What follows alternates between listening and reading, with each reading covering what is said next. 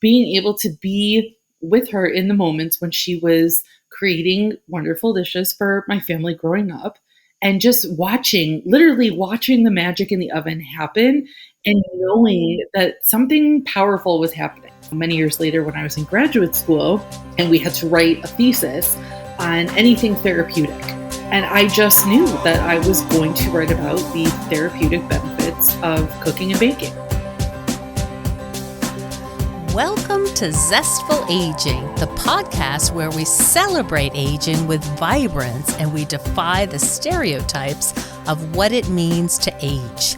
I'm your host, Nicole Christina, a psychotherapist of more than 30 years, here to introduce you to my off-the-mainstream guests who will energize and inspire you. My hope is to create optimism about getting older and help you cultivate zest and joy in this season of your life. And I love to hear feedback from you, my listeners. Please drop me a line at zestfulaging@gmail.com. I read every single comment. And to find out more about this podcast, hop on over to zestfulaging.com. Well, our next guest combines two of my loves, psychotherapy and cooking. And in fact, I just pulled 2 sourdough boules out of the oven 30 seconds ago. It was a close call. Who bakes in the summer? I do. Cooking has been a passion of Julie since childhood, and it started when she was baking family recipes with her grandmother, working as a prep cook while in high school and as the kitchen manager at her summer camp.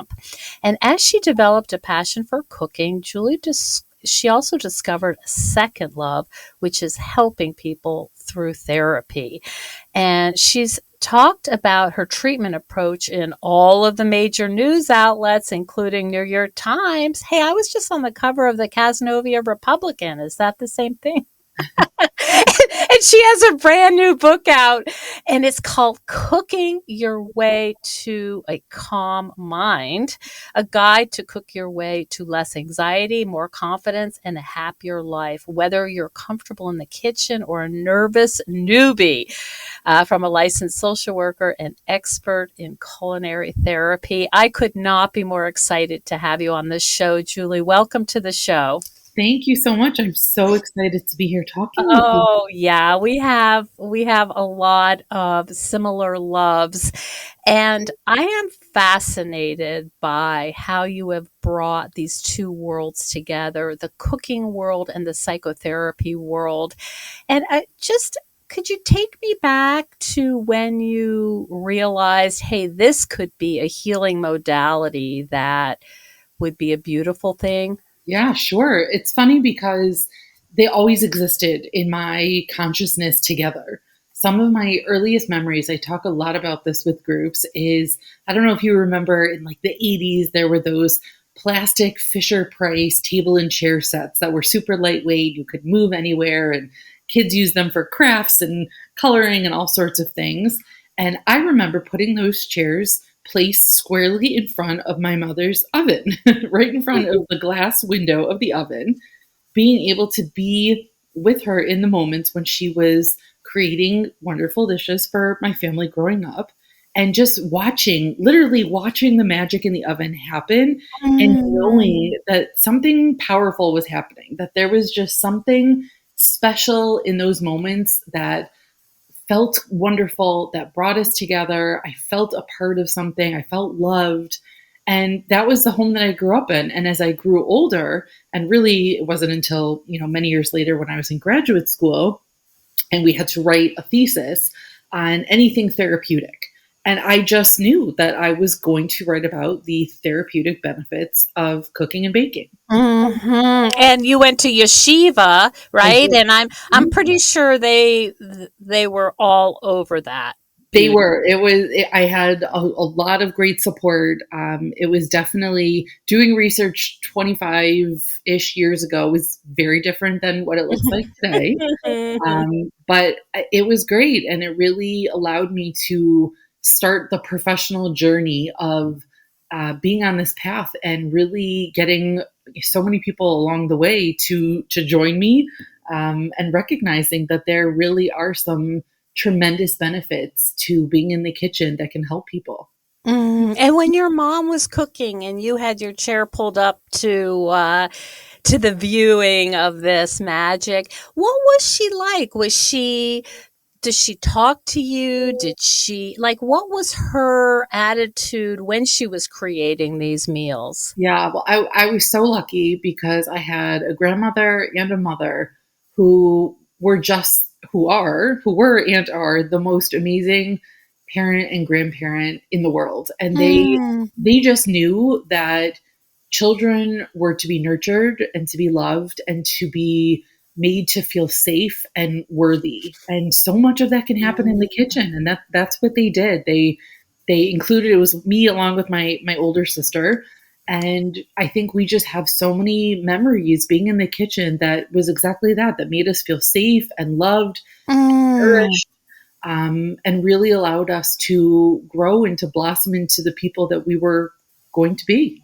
And I wonder if there was pride too, as you started learning some of the skills. Like, I can make a beautiful whatever, dessert Oh or yeah, that's yeah. absolutely part of it. Is it's confidence building, right? Mm, There's something to be said about, as I grew a little bit older. Like I remember coming home from high school, and so many people would rush home in those days, and they would want to come home and just kind of sack out on the couch and put the TV on and unwind, which there is nothing wrong with. But for me, I would race home to come to the kitchen. And I remember making a snack for myself and putting salads together and knowing that, yes, I was doing it because I was hungry and wanted my after school snack. But also, that was my activity to unwind and to let my brain process my day and, just be able to take a deep breath and relax into all of it. That was the process that allowed me to do that. And to get the feedback from my parents, my mm, sister, friends of, oh wow, look what you made. That's great. Was mhm, absolutely a confidence boost. mhm. It's a whole subculture, right? I Yeah. mean, knowing how to pick good cuts of meat if you're a meat eater, or knowing how to uh, pick vegetables or, fruits for whatever. Like, it's such a skill set and based on real experience. I just this is a silly little example, but I was making a zucchini lemon bread, which is like my new Oh, thing. I love that combination, but I yeah. used one of these zucchinis that were a little bit looking like a baseball bat, those that you're not Yep. going to use, but it was dry. Yeah. And because it's so big, and the bread turned out kind of dry. And I Yeah. thought, wow, I've been baking this a long time. And there's that instant feedback. Next time, either Right. add something more moist or get smaller zucchinis. You're Yeah. constantly learning. Yeah, I think that's one of the things that I love so much about it is that's exactly right. You are constantly learning, and I think that's such an important thing in life for all of us because if we're not learning, we're becoming stagnant. And I don't know about you, but I guess that to me that gets pretty boring. Mm-hmm. Yeah. So, do you find that you're still branching out to try new things? Oh, absolutely. And that has been one of probably the best gifts that my children have given me is as they've grown up. I have two teenagers at home who both love being in the kitchen as well. And they're constantly finding new recipes and coming up with new ideas and wanting to experiment in the kitchen. And often they're pulling me out of my comfort zone, which, I might be a little skeptical or annoyed at first. And I don't think there's ever been a time that I can look back and regret, right? They challenge me, they encourage me. It's very reciprocal. And Mm. Relationship building in some ways. oh yes, that Oh, is yeah. whether you're in the kitchen or somebody is reaping the benefits of your work from the kitchen. There are so many ways to really, no pun intended, but to feed those relationships and to Mm. nourish them and just encourage wonderful connections in your life. What have you noticed as, your book, you're writing a book. This is it sounds like your life's project. Are you finding that people are really, again, no pun intended, hungry for this, or are they still feeling so time starved that they're going through the drive-through and eating chips for dinner? Yeah, I think there's probably a little bit of both. I think for some people, it's really empowering, right? Everybody has to eat, right? It's something, whether you like it or not, everybody has to eat. And if you're going to do something for yourself that you have to do anyway, isn't it amazing to get even more out of it, or to really maximum the benefit as much as possible? So if you're going to put together a meal, why not do it in a way that can benefit your mental health as well? And I think a lot of people are really receptive to the idea of, it's multitasking at its finest. I think there are some people who probably the kitchen makes them a little nervous, or they don't necessarily enjoy it, and that's okay too. It doesn't have to be for everyone, but I think there's a way for everyone, if you want, to be able to open up your mind and try things out in a way that can feel safe and that can feel good at any level. So what is the first level? Let's speak to the person who's doing a lot of Grubhub and Yeah. and eating while they're scrolling, and no judgment. I don't do Grubhub, but boy, that phone is so addictive when especially if you're sitting alone eating, a meal. What's step one for someone who has never considered Yeah. doing this? Step one is to start small, simple, and easy. I'm not saying that you need to be the next Martha Stewart, the next Julia Child in the kitchen. That would be wonderful, but not everybody can be Martha or Julia. But I do believe that everyone is capable of making an awesome sandwich, right? It doesn't even need to involve some intense, deep cooking. But right now, at the end of summer, there's amazing tomatoes outside. The zucchinis that you mentioned, it's pretty simple for people to find some simple, amazing ingredients and think of how they can come together in a way that sounds good to you, right? And there's no right or wrong answer, which is probably one of my favorite parts. To everyone, smell and taste is different, and that's okay. That's great. That's one of the beautiful ways that I think we get to celebrate our differences. Is if something tastes good to you, then you did it right. I love that. And I think about, as somebody who works in the field of eating disorders, sometimes people don't even know what they like. Yeah, yeah. You have to be safe enough to take chances and to test things out and be willing. For some people, that's risk taking, right? Or you're even not. If you have kids, right? How often is it does a child seem brave to taste something new? Right. So would you take them first to a grocery store, or would you have them step into the farmer's market world? I would ask a person whatever they feel most comfortable with. If, going into a grocery store is too overwhelming and you want to order your groceries online because that feels safer, then go for it. It's the starting point that feels right for the person. Some people, the idea of being at a farmer's market, staying outdoors, maybe not having it be quite as overwhelming as like a big box store, that's amazing. It's starting where you're at and knowing that that's okay, and knowing that there's always room to build and to grow. I'm hearing mindfulness woven throughout this process. So much mindfulness. Yep. My clients, they know, anyone who's been working with me, they know we joke about, chopping cucumbers or chopping whatever veggie you have on hand in the house. There is so much benefit in just taking that vegetable out and just chopping, right? It's some people go for a jog and they get into this rhythm where their feet hit the pavement and their legs move a certain way and their breath work is going a certain way. And there's this flow. There's this flow state that you can get into. Now, I'm not a runner, so to me that sounds like torture. But I can tell you, I definitely get into that flow state when I'm chopping. My hands holding the knife a certain way. I'm making movements a certain way. Mhm. The vegetable I'm cutting is all looking a certain way. It's getting into that flow state that allows your brain and your body to really be in the moment and to practice mindfulness. And your nervous system to So, relax, right? yeah, yeah, To really come down. Like I'm and maybe you know the research. I would be so curious to see what people's heart rates are doing. yeah. There's so much research to be done, and I think one of the most exciting points for me in this work is when I started doing this. When I had this crazy idea 25, 30 years Mhm. ago, people looked at me like I was crazy, right? Like, oh, isn't that cute? That's a nice idea. And Ah. now and this is the good part of technology and our phones, is I've been able to connect with so many people all over the world Mhm. who are on the same page as me and who get it and who see it. And some of those people are starting off doing some amazing research.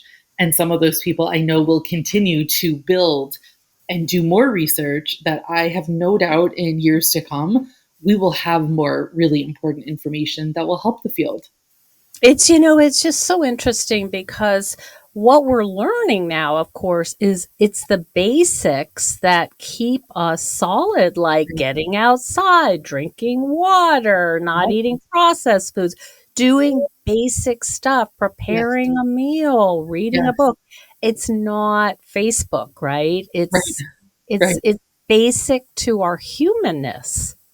Yeah, it very much is. And I hope that people can feel empowered by that, right? That this isn't something that you need some crazy, wild, expensive, Mm. outlandish tools and ideas and capabilities, that this really is something that most people can make happen in some way, shape, or form pretty easily.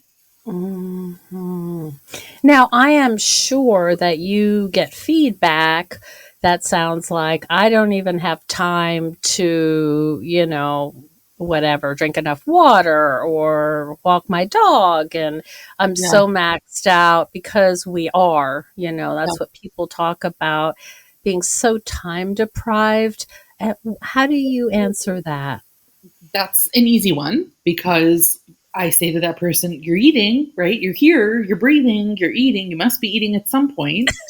Um, it's in order to reap the benefits of this practice, it doesn't need to be done like some other practices that really do need to be a certain amount and duration and length of time. This, thankfully, is not like that. If they're really short on time or they really don't have the means or the ability to do this 7 days a week, 3 times a day, that's okay. Start off 1 day a week, one meal a day, right? Mhm. And I think people realize that the more you do it, the more realistic and feasible it becomes. And that's not to say, I order a pizza from time to time just as much as the Mhm. next guy. There's nothing wrong with it. Mhm. But I know when I do have the ability or when I make the time to cook that meal myself, I'm better off for it. My family's better off for it. I'm better off for it. I feel better, not just because of the quality of the ingredients that you're consuming, but because of the act itself. It's funny. Sometimes I think maybe this is an example of what you're talking about in the morning as the weather's, nice. I'll just have a piece of toast. Well, my sourdough, Uh-huh. Yep. and like with good quality butter. And I really love tart cherry jam. Amazing. Shout out to Trader Joe's. And I leave my phone in the kitchen and I'll go sit outside and just really kind of revel in Right. this deliciousness. That is not a fancy meal. That's just, you know, It's good heaven. quality, the fruits of your labor. Yeah.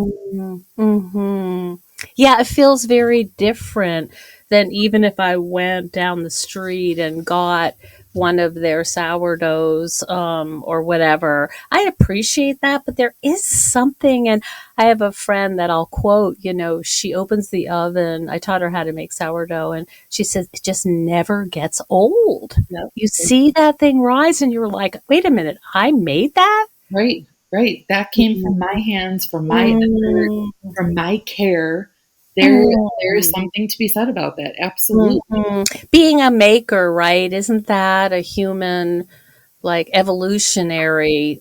It's Part of us. it's a maker and continuing to be a caregiver and a Mm, nurturer, right? mm, The sourdough, for anybody who's made sourdough, you mm. don't just do it once and then that's it, you're done. You have to constantly be tending to something and give it attention and energy.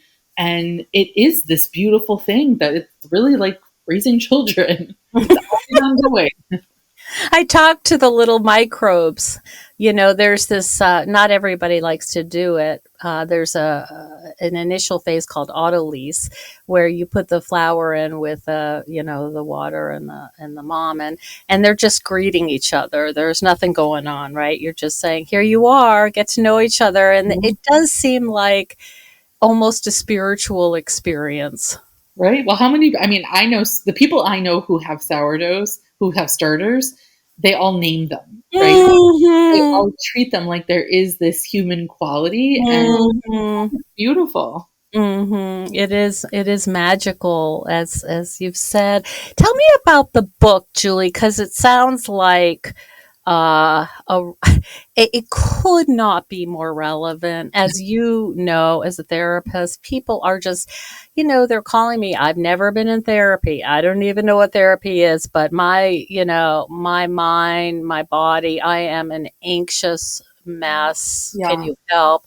Tell me about how your book addresses um, this intense yeah, world of anxiety we're living in. yeah. So first of all, I want to make it clear that as a therapist, I am never going to say that something like, doing something on your own in the kitchen can replace the work of working with a professional. It can't be replaced, absolutely. And I also think that there are many wonderful practices that people can do in addition to therapy or alongside therapy, or even when you've been in therapy for many, many years and you just feel like, you know what, I need a break or I need to try something different. This is something that people can do, again, in their own home, at their own pace, in their own safe space where they feel most comfortable, in a way that works for them. And again, like I said, you're eating anyway, so why not do something that you have to do anyway, Mm-hmm. way to really maximize the benefit for yourself? So the book is just that, and it takes people through this kind of like 7 week directed journey to be able to utilize different themes and different recipes that can help people to feel less anxious, to feel less depressed, and to feel happier. Mm-hmm. That's beautiful. So, as you were, I mean, it's different in my mind. Correct me if I'm wrong, but being a therapist, doing your cooking therapy, and writing a book with chapters and 7 weeks. Well, did you learn anything as you wrote the book? I feel like I try my best to practice what I preach, and that's really why it's probably taking me 25 years to write a book, is Mm-hmm. because I needed to live it. I needed to be able to say that I get it. I practice these tools. I try, um, and everybody's different, but we're all somewhat the same at the same time. And it's really about figuring out that balance between how can this work for people with their differences, and also what are the ways in which we all kind of experience some elements of life in the same way. Mm-hmm. Yes. I'm thinking about some of the possible challenges, right? And as we know, we get a lot of calls to it right before the holidays as Right. people are ready to visit their families, especially these days with political differences being what they are.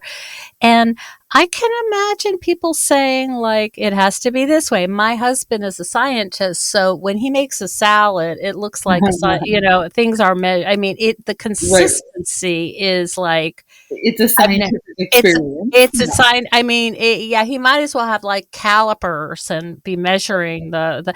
And I'm just like chop chop chop chop chop chop chop. Looks good, throw it in. And he always says like, how much? I say, I don't know, just put it in, taste it. And that's a Um, great example. A lot of what I do, especially yeah, when I work with couples, I love recipes yes. where you can say, you know what, we're going to make, instead of making, in your case, instead of saying we're going to take one giant bowl, we're going to make salad together and we're going to struggle through it because we are so different. What Mhm. if you take two bowls and you each make your own salad side by side at the same time in the same space, and you Mm. each do it your own way and keep an open mind to be able to learn from each other Oh so my that it's gosh. not right, wrong, my way, your way, but that you can both experience what it's like to be in the mind or body of the other one and build empathy for one Oh my another and gosh. appreciation. That's brilliant because I'm sure people are listening to this and saying, "If I had to cook with my spouse, we'd be in divorce court." Yeah. Yeah, but it's Mhm. really it's about embracing those differences instead of fighting Mhm. them, right? Because while there might be, yes, there might be a scientific way to bake certain things, when you're talking about building a salad, there's no right or wrong. It's Mhm. whatever works for you, whatever suits you, whatever makes you feel accomplished and enjoy it, enjoying it. There's no right or wrong way. So it's Mhm. like learning to stop fighting a different way and embracing it and just being in the moment to say, what can I get from this experience that serves me or my partner? That's a beautiful way to come at something. You're really open-minded and saying, "Okay, I'm gonna." It's almost like beginner's mind, right? It's like, "Okay, I'm gonna put all of my what I think I know is right aside and approach this like a new thing." Yeah. Or saying, you know Mm. what, that I know what's right for me and my partner Mm. might know what's right for them. Mhm. Mm. So, if, people listen to this and they say, "Wow, that sounds so beautiful." Tell me, what's the process? They would contact you, and then let's just give an example like feeling a lot of anxiety, feeling worried every day, can't sleep, just minds racing. How do you Yeah. take them through? What's sort of the logistics of this? So I work with clients in a lot of different capacities. I do Zoom sessions where I will be at home in my kitchen, they'll be at home in their kitchen. Mhm. I work in a practice where I do regular traditional talk therapy, and sometimes I kind of pepper in. There's so many food puns; it's insane. Yeah, I was Um, thinking that. it gets me every time. But I'll throw in some different culinary therapy techniques into a talk therapy session. My clients know I have definitely been known to bring cucumbers and a cutting board and a knife into the office. Oh my And when gosh, I somebody is love saying it. when their anxiety is just so debilitating, and I'll say, let's chop this cucumber and let's chop it three different ways. And I had a client who once said to me that they watched me do it and they said, I just don't know if I can do it the same way. And what if mine's not as good? And their anxiety really did increase. And I talked them through it and I said, let's just try, right? This isn't going anywhere. It's not being used for anything. You're not getting graded. It's not getting graded. Nobody's judging you. Let's just try. And they did it. And they afterwards they said, you know what? While I was doing it, I wasn't thinking about anything else because they were Mm. so focused on how holding the knife, they're Mhm. making those strokes. Am I cutting rounds? Am I cutting sticks? And really were able to be so fully present in something Mhm. specific that the anxiety dissipated. Now, I'm not saying that's a cure all and the anxiety doesn't come back, of course, Mhm. but to be able to know that somebody like you actually can get a reprieve from those very intense, difficult, exhausting emotions, Mm. that is just priceless for so many Yes. people. Oh, for sure, like, there's hope. Yes, yes. Do you have them also smell the cucumber Oh, or absolutely. It's such and a sensory experience. Yeah, oh, wow, all their senses, and I yeah, imagine the colors are different, the textures are different. Do you have an exactly. English cucumber? Do you have what do you Yeah. got? Oh my gosh, that is just it's magnificent. Do you have It any really is. Just like how you open the oven door each time and you think this is magic Yeah, with it's sourdough, magic. every time I see a culinary therapy session in progress, I think the same thing. I truly think to myself, Gosh, wow, this is amazing. it's a magic, and you're changing people's lives in in such profound ways. And not only what, we sort of healing profession, but also you're bringing them these new skills and an ability to appreciate something, as you say, is every day we have to eat. Right. Yep. Mm-hmm. Over and Very over practical. again.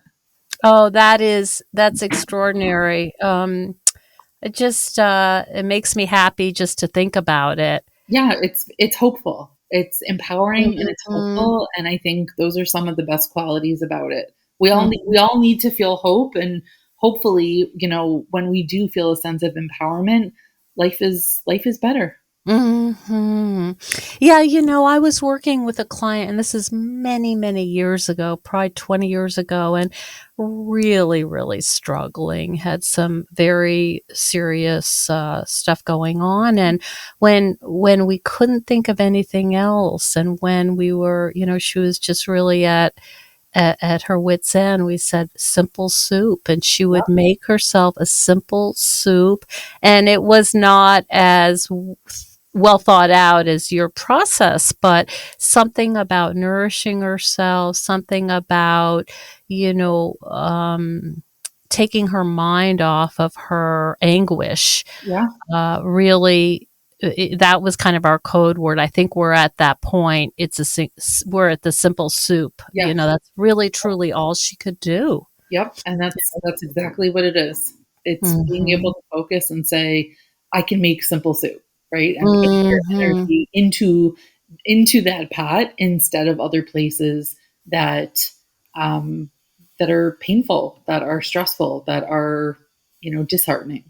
Mhm. Mhm. Julie, do you have plans? I mean, I know you're going to be promoting this book. Any other ideas for your future? Or are you going to hang out here for a while and do what Well, you do? I always have plans to spend lots of time in my kitchen with my family. Okay.